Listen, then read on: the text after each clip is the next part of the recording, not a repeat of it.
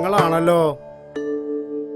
വ്യാഴം 6-ലും ഗുളികൻ 10-ാം ഭാവത്തിലും. ആകെ ദുരിതത്തിലാണല്ലോ. പരിഹാരം ഉണ്ടാവൂല്ലോ അല്ലേ? ഉണ്ടല്ലോ. ദേവി, ഇല്ലത്തെ സന്താന പരമ്പരയും അണിയൻകുട്ടന്റെ വേലിയാണ് മുടങ്ങിക്കിടക്കണത്. സുഹൃതക്ഷയം. ഒരു കാര്യം ചെയ്യാ, ഒരു സുഹൃതോമം നടത്തി സ്വർണപ്രതിമയിലേക്ക് ആവാഹിച്ച് ഒരു ഉത്തമ ബ്രാഹ്മണന് ദാനം ചെയ്ത് അനുഗ്രഹം വാങ്ങിക്കാം. അതിനൊരു ഉത്തമ ബ്രാഹ്മണനെ എവിടുന്നാ കണ്ടുപിടിക്കുക? അതെല്ലാം എന്നേ കണ്ടെത്തി കഴിഞ്ഞിരിക്കണു അല്ലേ തിരുമേനി? അങ്ങനെ കണ്ടെത്തിയപ്പോ എങ്ങനെ ശരിയാവുക? എങ്ങനെയോ കണ്ടെത്തി. കാര്യം ഏട്ടൻ നമ്പരാണ് സന്താനഭാഗ്യം വേണല്ലോ. ഉണ്ടാവല്ലോ. ആദ്യം അനിയൻകുട്ടന്റെ വേലി തന്നെ നടക്കേണ്ടത്. പറയുമ്പോ ഇല്ലത്തിന് മുഷിച്ചിലുണ്ടാവുന്നറിയാം. അയാളെപ്പറ്റി കേൾക്കുന്നത് മുഴുവൻ അബദ്ധങ്ങളാ. നാട്ടുകാർക്ക് എന്താ പറയാൻ പറ്റാത്തത്? അയാളുടെ സഹവാസം കീഴ്ജാതിക്കാരുമായിട്ടാണെന്നല്ലേ? അതെ, കീഴ്ജാതിക്കാരെ ചൂഷണം ചെയ്ത് ജീവിക്കുന്ന സവർണ മേധാവിത്വത്തോടാണ് നമ്മൾ പ്രതികരിക്കേണ്ടത്. അയാളെ നാട് നന്നാക്കാൻ നടക്കുക, പിന്നെ എങ്ങനെ സമ്പത്ത് ശരിയാവുക? നടക്കും. അനിയൻ തമ്പുരാന്റെ വേളി നടക്കും. വ്യാഴം 9-ാം ഭാവത്തിലേക്ക് മാറുമ്പോ അനിയൻ തമ്പുരാന്റെ വേളി നടക്കും. ഉമാമഹേശ്വരനെ മനസ്സിൽ ധ്യാനിച്ച് കണ്ണുകൾ അടച്ച് നല്ലോണം പ്രാർത്ഥിച്ചോളൂ.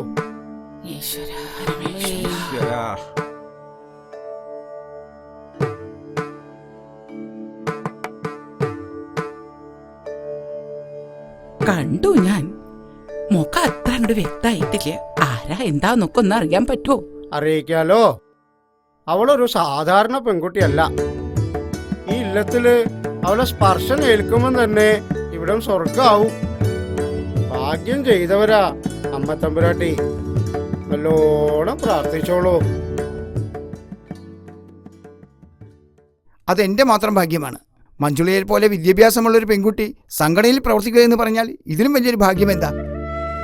നാലുകെട്ടെല്ലാം ഉപേക്ഷിച്ച് നാട്ടുകാരുടെ കണ്ണീരൊപ്പം വന്ന തമ്പുരാനെ കിട്ടിയ ഞാനാണ് ഭാഗ്യവതി.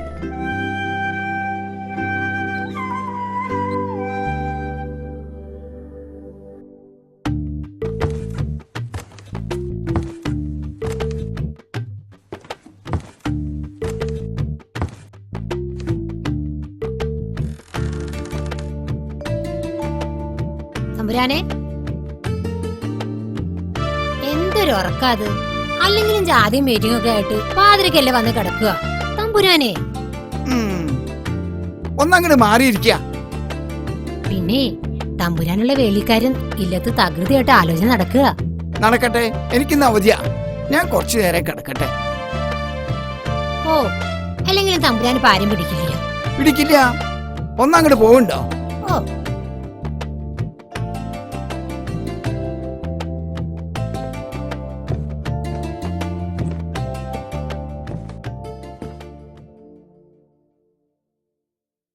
എണീറ്റോ? ഇല്ല. എണീപ്പിക്കാൻ നോക്കിയില്ലേ? എണീറ്റില്ല. ഇല്ല. എന്നാ എണീറ്റ് നിൽക്കണ ഒരാൾ ഇവിടെ ഉണ്ട്. എനിക്കാ തന്നൂടെ? വേണച്ച തരാം. ഹായ്, എന്നാ വരാ. വൈകണ്ടാട്ടോ. ആ, അല്ല, ഈ മുറിയൊക്കെ ഒന്ന് വൃത്തിയാക്കാൻ പറയായിരുന്നേ. വൃത്തിയാക്കിയതൊക്കെ മതി.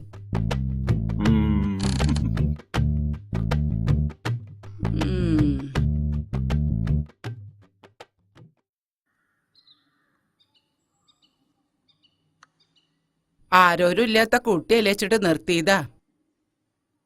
അത് മറക്കരുത്.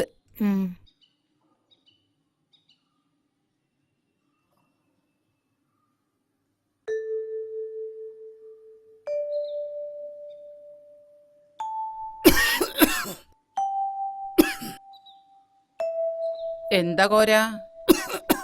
പാടത്തല്ലേ പണി? ഇവിടെ എന്താ? അടിയന് മേലുവേദന തമ്പുരാട്ടി. ഇന്ന് പണിയണില്ല. എന്ത് വർത്താനാ കോര ഈ പറയണ്? പാടം പറമ്പൊക്കെ നിന്നെ വിശ്വസിച്ചിട്ടായി പണിയണ്. നാളെ വരാം ബ്രാട്ടിയെ. അടിയന് വയ്യാഞ്ഞിട്ടല്ലേ എമ്പ്രാട്ടിയെ. പറഞ്ഞത് അങ്ങോട്ട് കേക്കുക. നടക്ക പാടത്തേക്ക്.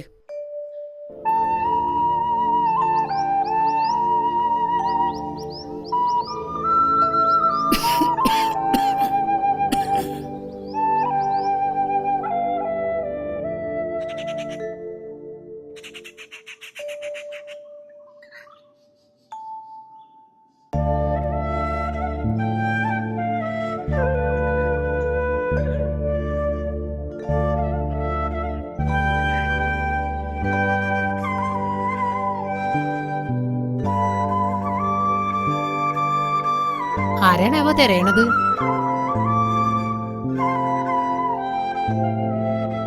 അല്ല, ഞാൻ അമ്മ തമ്പ്രാട്ടിയെ ഒന്ന് കാണാൻ. എന്നാ വന്നോളൂ, ഇല്ലത്തേക്ക് പോവാം.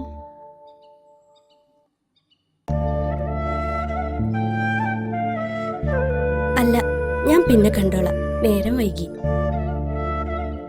അല്ലെങ്കിലും മഞ്ജുളി ഈ വഴിക്കൊന്നുമല്ലല്ലോ വരാറ്. എൽപ്പോഴിയാണല്ലോ.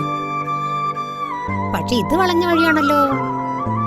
മനസ്സിലായി, മഴ 2 ദിവസമായിട്ട് ഇവിടെ ഇല്ലാട്ടോ. ഓ, അതാണല്ലേ പുറത്തൊന്നും കാണാത്തത്. അതുകൊണ്ടല്ലേ ഇയാള് പുറത്തേക്ക് ഇറങ്ങിയത്. ആളെ ഏതോ പാർട്ടി ഓഫീസിന് വേണ്ടി തിരുവനന്തപുരം പോയിരിക്കുക.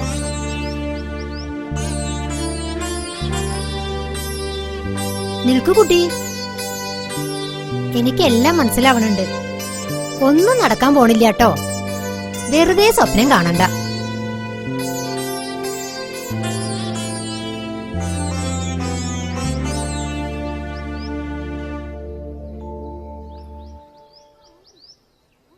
മണ്ടരി ബാധിച്ചേ തോന്നേ. ഇക്കുറി നാളേരം വളരെ മോശാ. എന്താ അങ്ങനെയാ ചെയ്യാ? ഒന്നാം തരം കായ്ക്കണ തെങ്ങുകളല്ലേ ഇത്? സമയദോഷം അല്ലാണ്ടെന്താ? ആ, തിരുമേനിയെ വരുത്തിയിട്ടൊന്ന് നോക്കുക. ഇതിന് ജോത്സ്യനെ കൊണ്ടൊന്ന് നോക്കണോ? തേങ്ങയിലും മാങ്ങയിലും നോക്കിക്കണ നല്ലതല്ലേ? അത് ശരിയാ. ആ, ഉപകാരമില്ലാത്ത വിത്തുകളാകുമ്പോ അങ്ങനെയൊക്കെ ഉണ്ടാവും. ശരിയാ.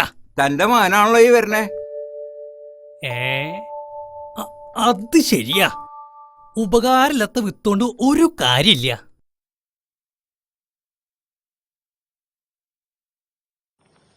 നീ എന്താ ഇവിടെ?